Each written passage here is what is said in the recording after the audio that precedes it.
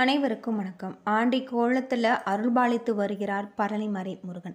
அறுபடை வீடுகளில் 3வது படை வீடாக இருக்கக்கூடிய இந்த கோவில் சித்தர்களால் உருவாக்கப்பட்ட நவபாசான முருகன் சிலை பல்வேறு சிறப்பம்சங்களை கொண்டிருக்கு அப்படின்னே சொல்லலாம். இன்றைக்கி நம்ம இந்த வீடியோவில் பழனி முருகன் பற்றிய பல சுவாரஸ்யமான தகவலை பற்றி தான் தெரிஞ்சுக்க போகிறோம். இந்த வீடியோ ரொம்பவே பயனுள்ளதாக இருக்கும். அதனால் வீடியோவை கடைசி வரைக்கும் ஸ்கிப் பண்ணாமல் பாருங்கள். இது வரைக்கும் நம்ம சேனலை நீங்கள் இன்னும் சப்ஸ்கிரைப் பண்ணலைன்னா மறக்காமல் சப்ஸ்கிரைப் பண்ணிவிடுங்க. வாங்க வீடியோக்குள்ளே போகலாம். பழனிமலை முருகன் கோவில் அல்லது தண்டாயுதபாணி கோவில் முருகப்பெருமானின் அறுபடை வீடுகளில் 3வது படை வீடாக இருக்குது. இந்த கோவில் மலை உச்சியில் அமைஞ்சிருக்கு. அருணகிரிநாதர் திருப்புகழில் நக்கீரர் திருமுருகாற்றுப்படையிலும் புகழ்ந்து பாடி தலம் அப்படின்னே சொல்லலாம். அது மட்டும் இல்லாமல் பழனிமலை முருகன் கோவில் அல்லது தண்டாயுதபாணி கோவில் முருகப்பெருமானின் அறுபடை வீடுகளில் 3வது படை வீடாக இருக்குது. இந்த கோவில் மலையின் உச்சியில் அமைஞ்சிருக்கு. அருணகிரிநாதர் சிறப்பிட்டு குறிப்பிட்டிருக்காரு அப்படின்னே சொல்லலாம். நாரதர் கொடுத்த கனியை கொடுத்து ஞானப்பழம் தனக்கு கிடைக்காததால் கோபம் கொண்ட முருகன் மயில் மீது ஏறி இந்த தலம் வந்திருக்காரு. சிவனும் அம்பிகையும் சமாதானம் செய்ய விடாபிடியாக தான் இங்கேயே இருக்க விரும்புவதாக சொல்லி தங்கிவிட்டிருக்காரு. இந்த இடத்துல பிற்காலத்தில் முருகனுக்கு கோவில் எழுப்பப்பட்டது. முருகனை சமாதானம் செய்ய வந்த ஔவையார் பழனி என கூறிய வார்த்தையினால் இப்பெயர் பிற்காலத்தில் பழனி என மருவியது அப்படின்னு சொல்லலாம். இந்த தல முருகன் சிலை நவபாசானத்தால் ஆனவர். இந்த சிலையை போகர் சித்தர் பிரதிஷ்டை செஞ்சிருக்காரு. கையில் தண்டத்துடன் ஆண்டி கோலத்தில் இருப்பதால் தண்டாயுதபாணி என பெயர் பெற்றிருக்காங்க அப்படின்னே சொல்லலாம். 4 விதமான பொருட்கள் மட்டும்தான் அபிஷேகத்திற்காக பயன்படுத்தப்படுது. நல்லெண்ணெய், பஞ்சாமிர்தம், சந்தனம், விபூதி ஆகியவற்றுடன் பன்னீர் மார்கழி மாதத்தில் மட்டும் பயன்படுத்தப்படுறதாக சொல்லுது. சந்தனம், பன்னீர் தவிர மற்ற எல்லாமே சிரசில் வைத்தவுடன் அகற்றாங்க. அதாவது சிரசு விபூதி என்பது சித்தர் உத்தரவால் பக்தர்களுக்கு கிடைக்கக்கூடிய ஒரு பிரசாதம். இது கிடைப்பது மிக புண்ணியம் அப்படின்னு சொல்லப்படுது. தினமும் 6 முறை தண்டாயுதபாணிக்கு அபிஷேக அலங்காரம் செய்யப்படுது. இரவில் முருகனின் மார்புல நெற்றியில் வட்ட வடிவில் சந்தனக்காப்பு சாத்துறாங்க. விக்கிரகத்தின் புருவங்களுக்கு இடையில சந்தனக்காப்பு வைக்கப்படுறதாகவும் சொல்லப்படுது. தண்டாயுதபாணி சிலையில் நெற்றியில் ருத்ராட்சம், கண், மூக்கு, வாய், தோள்கள், கை விரல்கள் போன்றவை மிக அற்புதமான உளியால் செதுக்கப்பட்டது போல தெளிவாக இருக்கும். இது போகரின் கைவண்ணம் அப்படின்னே சொல்லலாம். அது மட்டும் இல்லாமல் இந்த சிலையை செய்ய போகர் எடுத்துக்கொண்ட காலம் 9 வருடம் அப்படின்னு சொல்லப்படுது. 81 சித்தர்கள் இந்த நவபாசானம் தயாரித்து போகர் இந்த சிலையை செஞ்சுருக்காங்க. தண்டாயுதபாணி சிலைக்கு இடது புறத்தில் ஒரு சிறிய மரகத லிங்கம் இருக்குது. தண்டாயுதபாணிக்கு சிவபூஜை செய்வதாகவும் ஐதீகம். ஸ்படிக லிங்கம் ஒன்று இருக்கிறதாகவும் சொல்லப்படுது.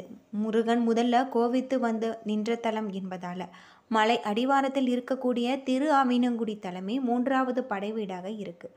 ஆனால் பலரும் மலை மீது அமைஞ்சிருக்கக்கூடிய தண்டாயுதபாணி கோவில் தான் 3வது படை வீடு என தவறுதலாக கூறி வராங்க. மயில் மீது அமர்ந்த கோலத்தில் குழந்தை வடிவமாக காட்சி தருவதால் வள்ளி தெய்வானை கிடையாது. திரு ஆவினங்குடி குழந்தை வேலாயுதரை வணங்கிய பிறகு மலைக்கோவிலில் தண்டாயுதபாணியை வணங்க வேண்டும். குழந்தை வேலாயுதர திரு என்னும் மகாலட்சுமி அது மட்டும் இல்லாமல் கோமாதா இனம் எனப்படும் சூரியன், கு என்னும் பூமாதேவி, டி என்பது அக்னி ஆகியோரின் வழிபட்டால் திரு ஆவினங்குடி என பெயர் உண்டாயிருக்கு அப்படின்னு சொல்லப்படுது.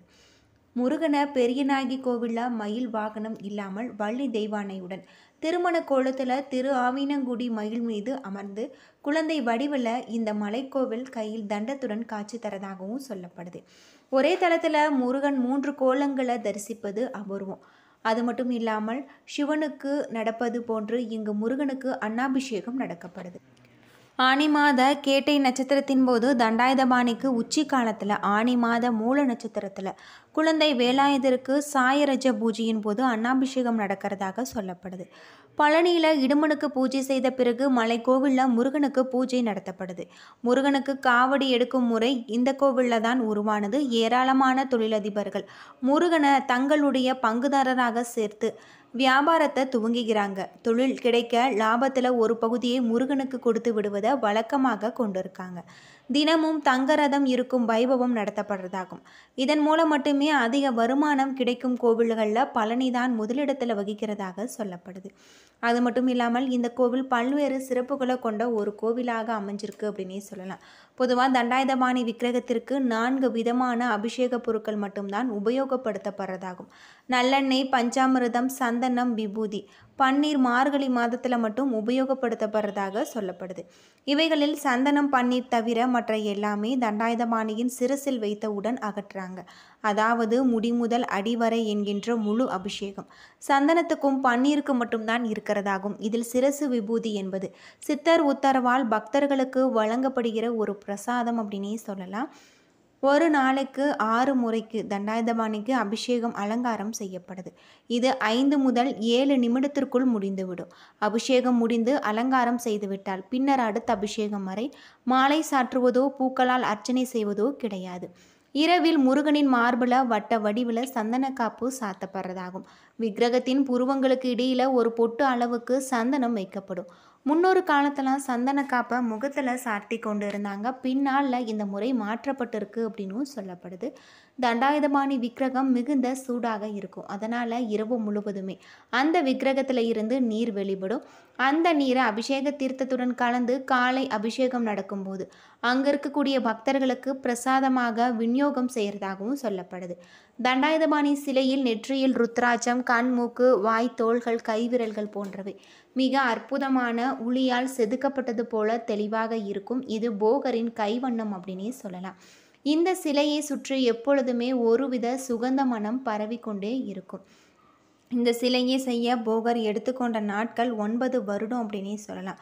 அம்பாள், முருகர், அகத்தியர் இவர்களுடைய உத்தரவுக்கு பின் தான் போகர் இப்படி ஒரு சக்தி வாய்ந்த சிலையை செய்ய முயற்சி எடுத்திருக்காரு. இதற்காக 4000க்கும் மேற்பட்ட மூலிகைகளில் பல இடங்களில் இருந்து கொண்டு வந்திருக்காங்க. 81 சித்தர்கள் இந்த நவபாசானத்தை போகர் சொன்னபடி தயார் பண்ணியிருக்காங்க. பொதுநல எண்ணத்துடன் செய்யப்பட்டுள்ளதால் காலமும் இயற்கையும் தன்னுடைய சீற்றத்தை குறைத்து கொண்டு சித்தர்களுக்கு உதவி செய்ததாக இன்னொரு நுணுக்க தகவலும் இருக்குது அப்படின்னு சொல்லப்படுது. அகத்தியர் உத்தரவால் ஒரு அசுரன் 2 மலைகளை காவடி போல சுமந்து பொதிகை நோக்கி கொண்டு செல்ல முருகன் அவனை தடுத்து நிறுத்தி போரில் தோற்கடித்து 2 குன்றுகளையுமே இப்போது இருக்கும் இடத்துல வைக்க செஞ்சுருக்காங்க. இதற்கு ஒரு புராண கதையும் இருக்குது. போகர் இகப்பரத்தில் இருக்கும்போது தன் மனைவிக்கு கொடுத்த வாக்கை நிறைவேற்ற முருகனை மேற்கு திசை நோக்கி பிரதிஷ்டை செஞ்சுருக்காங்க. இதனால் மலைநாட்டில் உள்ளவர்களுக்கு பழனிமலை முருகன் குலதெய்வமாக இருக்காங்க. கல்லில் சிலை செய்து பிரதிஷ்டை செஞ்சு கட்டிய எத்தனையோ கோவில்கள் சிதிலமடைந்த போதிலும் நவபாசானத்தால் சிலை செய்த இந்த கோவில் மேலும் வளர்ந்து கொண்டிருப்பதன் காரணம் சித்தர்களுடைய மகிமை என்பது பலரின் எண்ணமாக இருக்கு. தண்டாயுதபாணி சிலைக்கு இடது பக்கத்தில் ஒரு சிறிய மரகத லிங்கம் இருக்கு. இவரை தரிசிக்க நாம் வலது பக்கமாக சென்று தீபம் காட்டுதல் வேண்டும். தீப ஒளி இல்லாமல் இந்த லிங்கத்தை தரிசிக்க இயலாது. பழனியில் 2 மரகத லிங்கம் இருக்குது. ஒன்று முருகன் சன்னதியிலும் இன்னொன்று போகர் சமாதியிலும் அமைஞ்சிருக்கு. இந்த 2ஐயுமே போகர் பூஜை செய்வதாகவும் நுணுக்க தகவல் இருக்குது அப்படின்னே சொல்லலாம். பல்வேறு ஒரு சிறப்புகளை கொண்ட கோவிலாக தான் பழனிமலை தண்டாயுதபாணி கோவில் அமைஞ்சிருக்கு. இருக்கக்கூடிய முருகப்பெருமானை வழிபடுவதன் மூலம் நம்முடைய வாழ்க்கையில் இருக்கக்கூடிய அனைத்து விதமான பிரச்சனைகளும் தீரும் அப்படின்னும் சொல்லப்படுது. அது மட்டும் இல்லாமல் இந்த கோவில் பல்வேறு சிறப்புகளை கொண்ட ஒரு கோவிலாக அமைஞ்சிருக்கு அப்படின்னே சொல்லலாம். முருகனுக்கு அன்னாபிஷேகம் பழனியில் நடைபெறுவதாகும். 3 கோலங்களில் தரிசிக்கலாம். பெரியநாயகி கோவிலில் மயில் வாகனம் இல்லாமல் வள்ளி தெய்வானையுடன் திருமண கோலத்திலும், திருஆவினங்குடி மயில் மீது அமர்ந்த குழந்தை வடிவிலும், மலைக்கோவில் கையில் தண்டத்துடன் காட்சி தரார். ஒரே தளத்தில் இவ்வாறு முருகன் 3 கோலங்களில் தரிசிப்பது அபூர்வமான ஒன்று அப்படின்னே சொல்லலாம். என்ன நண்பர்களே, இந்த வீடியோ உங்களுக்கு பயனுள்ள தகவலை தந்திருக்கும்னு நினைக்கிறேன். வீடியோ பிடிச்சிருந்தா லைக் பண்ணுங்கள், ஷேர் பண்ணுங்கள், கமெண்ட் பண்ணுங்கள். இது போல் தகவலை தெரிஞ்சுக்க நம்ம சேனலை மறக்காமல் சப்ஸ்கிரைப் பண்ணிவிடுங்க. நன்றி நண்பர்களே.